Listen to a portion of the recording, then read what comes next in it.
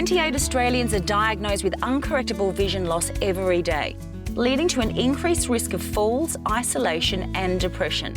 Guide Dogs Australia's mission is to help aid their mobility and independence, which can mean a world of difference. So Justin, tell me about some of the services you provide. Guide Dogs Australia provide many services to our blind and low vision clients to help them get around the community.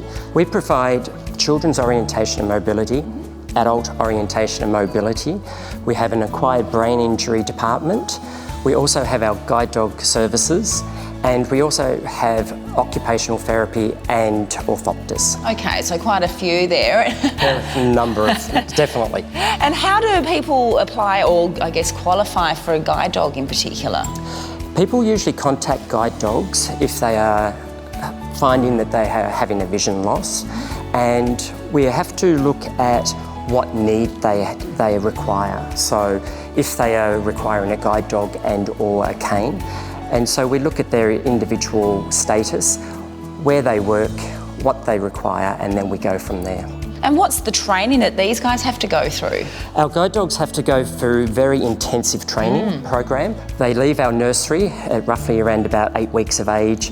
They are fostered out with puppy raisers who put the foundations in for our dogs, and then they come back to guide dogs where we do a thorough assessment on the dog and put them into our roughly 5-month training program of teaching them how to navigate the environment and to be able to guide a blind or low vision person. Heath and Mika here have gone through that or currently going through that? Heath and Minka are going through that at the moment, and they're right at their latest stages of their training, yes. And then how do you match them up to the right people? Is that important?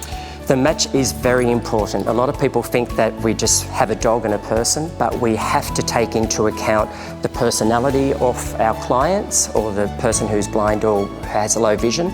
We have to also look at the dog's temperament. Yes. So we look at the height, the weight, we look at the walking pattern, the environment that the dog needs to go out to. Okay, and how important is this mobility and having a guide dog to a person that has low vision or is blind?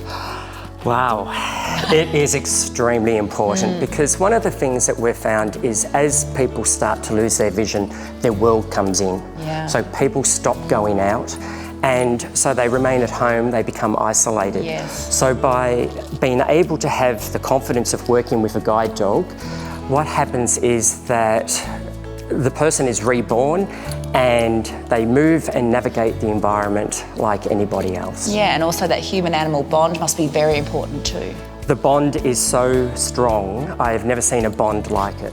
Oh, they're helping each other really, aren't they, as well? It is a win-win on both sides. Okay, now it's not cheap to raise and train a guide dog. What are we looking at? It costs guide dogs over $50,000 to raise one dog, and that is from our breeding, puppy raising and training. Okay. And we're very lucky that it doesn't cost any of our clients a cent. Oh, that's great. So where do you get the money from then?